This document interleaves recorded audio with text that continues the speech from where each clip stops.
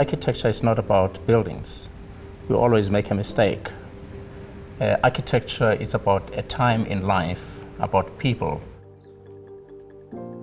Any good artist, when they begin to speak about their paintings and etc., they'll never tell you that, oh, I was in Paris and I saw this and I started drawing it.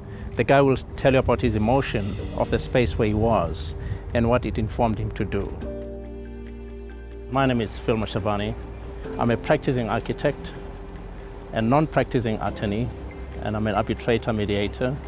We did the Apartheid Museum together as a collaboration with other architects because that project was not an ordinary project.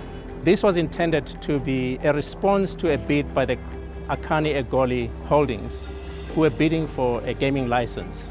Amongst many conditions that were there, one major condition was that any company that is going to be afforded a license should give a gift back to the city in a form of money, alternatively in a form of an established environment that can be enjoyed by people. And a gift to the city meant that a lot of consultation needed to have taken place. We had a reference group which was made up of various people, artists, traditional healers, name them. Even prisoners were consulted, and ex-convicts. And that is a reference group that came with the actual architecture because that was intended to house the story and the history and the pain of apartheid, its successes and failures in many ways. And of course, many voices that we had who never wanted to hear and even to pronounce the word apartheid, they said, we cannot tell that history. And if we need to be told, it cannot be in the public domain. The building should either perhaps be an underground building and etc.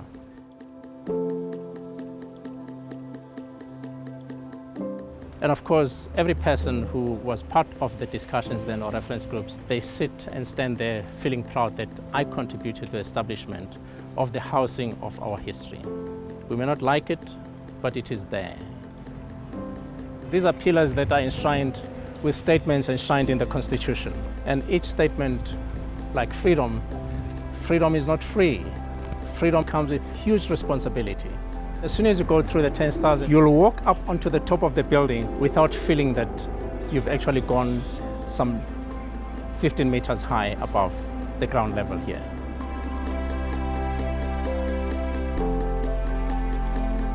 Those who came from this side, as opposed to those who came up the ramp, it's up to you to make up your mind. You know, this is like the back door, and that's how blacks were treated anyway.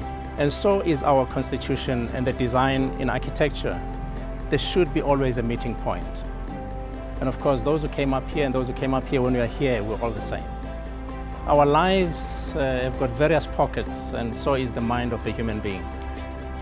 And of course, it's like what these spaces represent, right? As we walk through the journey of the apartheid and to the new dispensation, you know, we're all carrying some bags of certain information. Are we all the same? So this will tell you about the history of the epochs and the periods in the life of human beings. And it's recorded by the spaces where they live and the things that they do, and think about the people or who the institution is being established for. Be it a student or anybody who wants to enter the profession of architecture, the pitfalls are that if you're not truthful to yourself and truthful to the situation you're faced with, then you've got a challenge because you'll never find a solution. We're standing almost 30 meters above the level where we started. And nobody can tell me that you really felt it. And the advantage is that now, this is what the democratic dispensation is all about. Rise above all. You almost forget what is happening down there. And now this is how architecture can be used to tell stories, to tell the feeling, to represent future aspirations, to give you a future perspective. Buildings then and structures like this, they need to represent that.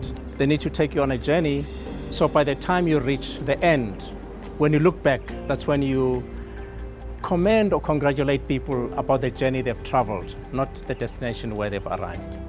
And that is the birth of architecture in many instances.